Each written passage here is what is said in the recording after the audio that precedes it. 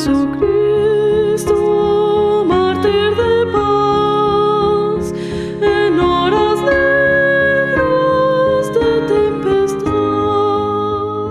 hallan las almas dulces olas, grato consuelo, felicidad.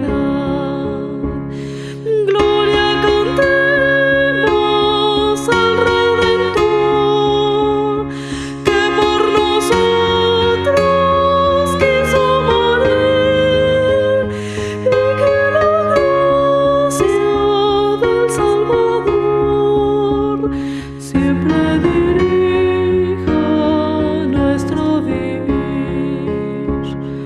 en nuestras luchas, en el dolor, en tristes horas de tentación. Calma le infunde santo vigor, nuevos alientos al corazón. Gloria cantemos al Redentor, que por nosotros quiso morir, y que la gracia del Salvador siempre dirija nuestro vivir. Cuando en la lucha falta la fe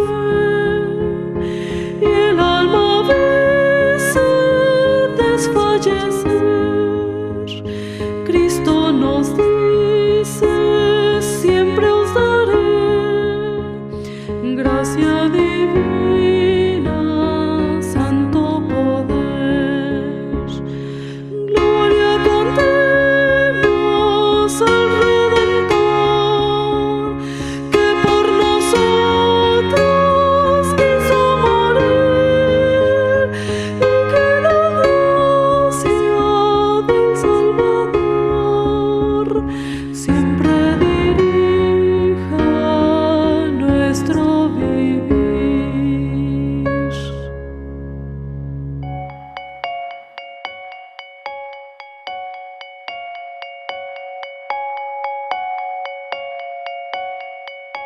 Buenos días, hermanos y hermanas.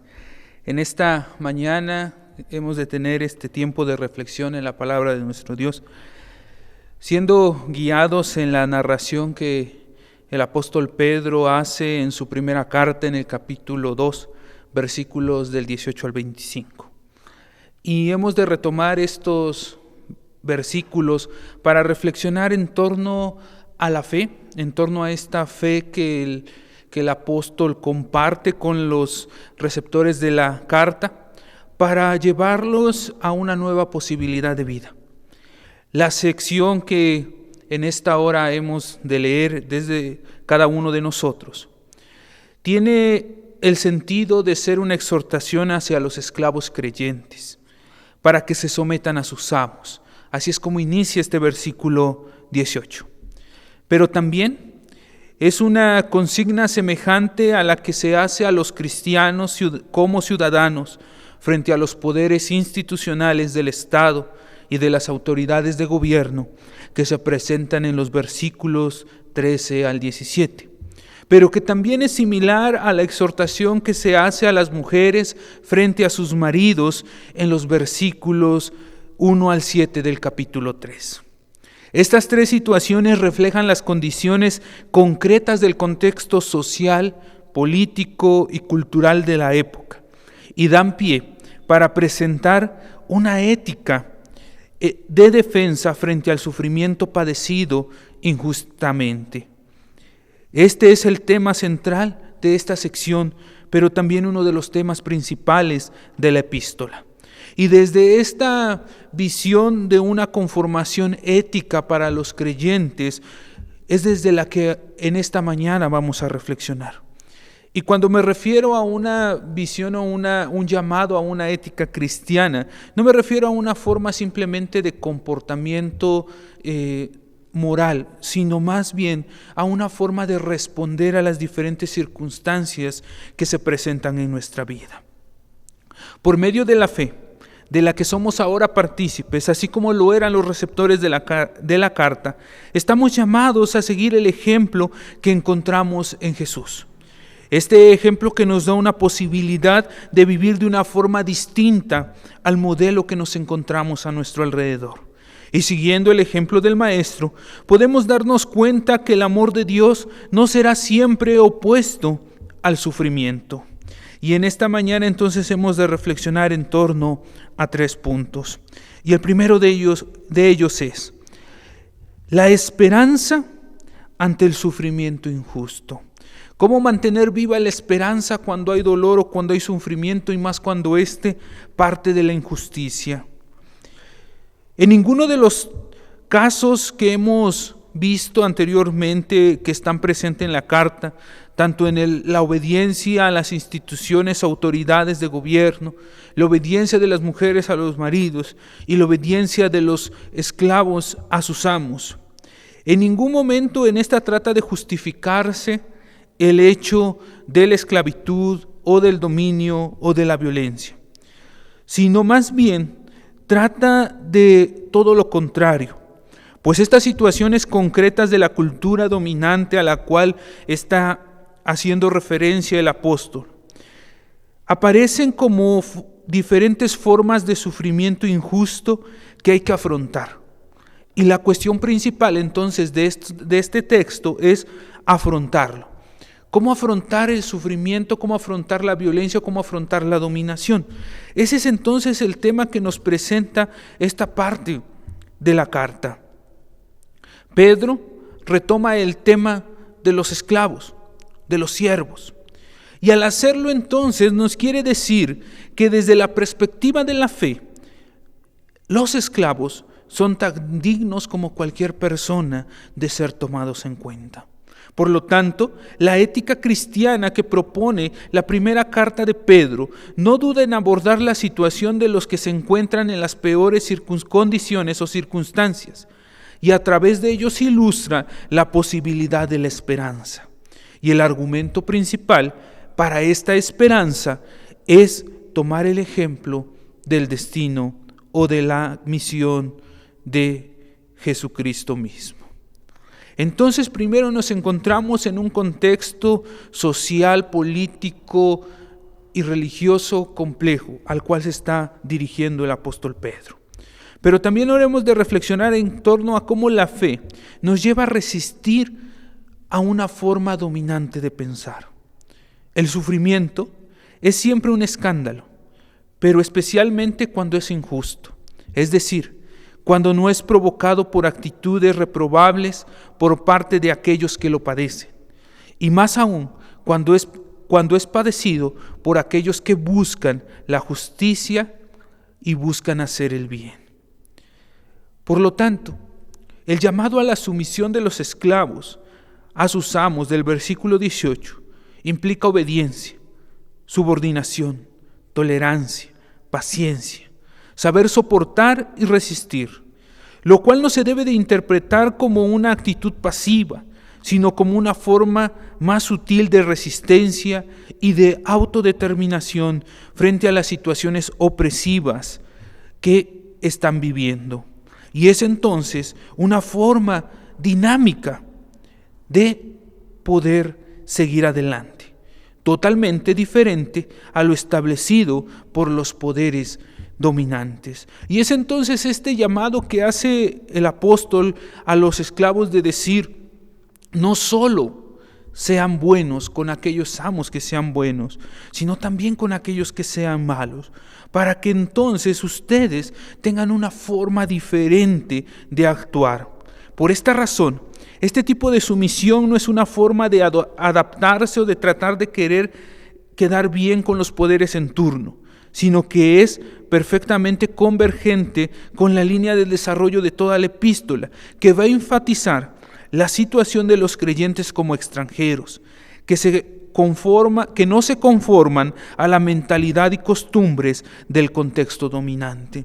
Entonces el apóstol Pedro llama a los esclavos o a los criados a actuar de una forma diferente, a no actuar conforme a la mentalidad que tienen siempre a su alrededor, de que donde hay violencia hay que ejercer violencia, sino todo lo contrario.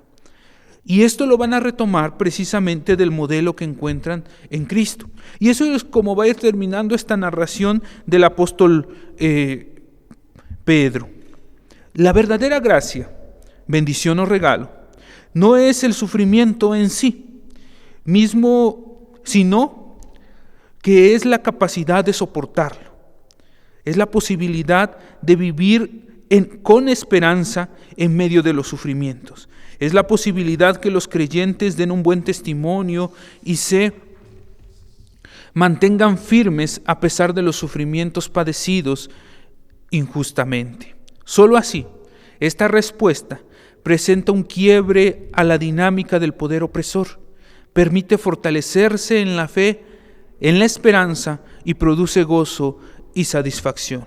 Y entonces el apóstol Pedro va a decir, nosotros debemos de actuar de una forma distinta y debemos de hacerlo siguiendo el ejemplo de Jesús, para que de esa manera podamos romper con esta dinámica de violencia, de opresión, de dolor que vemos a nuestro alrededor.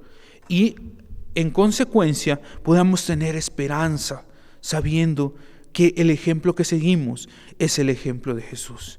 Queda claro que la vocación cristiana y el seguimiento del Cristo sufriente no es una gracia barata, pues implica estar dispuesto a soportar situaciones difíciles e injustas, pero también significa estar en el camino de la salvación que Cristo mismo nos abrió. Y entonces el apóstol, para cerrar este pasaje, nos coloca en el ejemplo de Jesús. Y es en lo que ahora vamos a retomar estos versículos.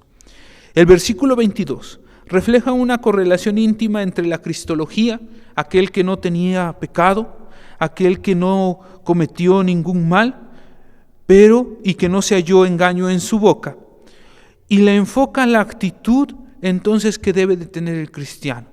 El cristiano, la ética cristiana tiene que estar basada precisamente en esta vida de justicia, en esta vida justa y digna que debe de vivir.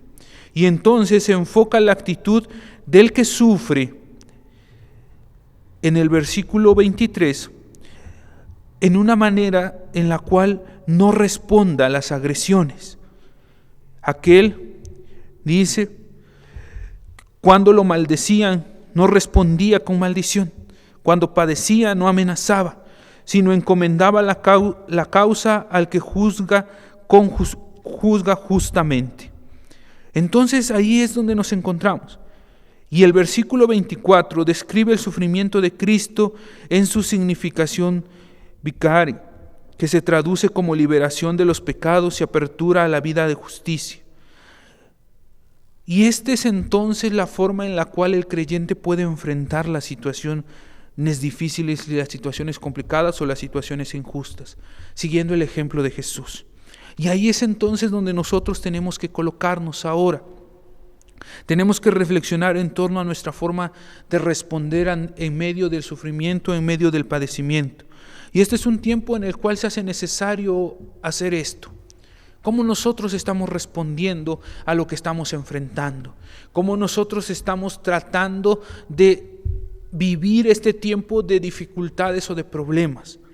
¿Estamos siguiendo la propia mentalidad que hay a nuestro alrededor de buscar solo nuestro beneficio, de buscar solo estar bien nosotros, de conservar o preservar nuestra vida? ¿O estamos siendo capaces de poder ver más allá y tratar de también llevar un mensaje de esperanza, de amor y una ayuda a aquellos que lo necesitan? En medio de lo que estamos viviendo, tenemos que darnos cuenta que la fe nos abre una posibilidad para vivir una vida diferente, para responder de forma diferente a lo que estamos pasando, siguiendo siempre el ejemplo de Jesús, aquel que se dio por nosotros, aquel que se dio por todos, aquel que no cometió pecado, que no hizo engaño, pero que sin duda tuvo que sufrir. Y Él llevó entonces nuestros padecimientos y nuestras cargas. En esta hora, hermanos, reflexionemos en torno a esto Y podamos preguntarnos cómo nosotros desde nuestra fe estamos respondiendo ante la necesidad, ante el problema, ante las diferentes circunstancias que podemos enfrentar, pero cómo nosotros podemos seguir respondiendo siguiendo el ejemplo de Jesús. Y que sea Dios el que siga guiándonos en todo. Amén.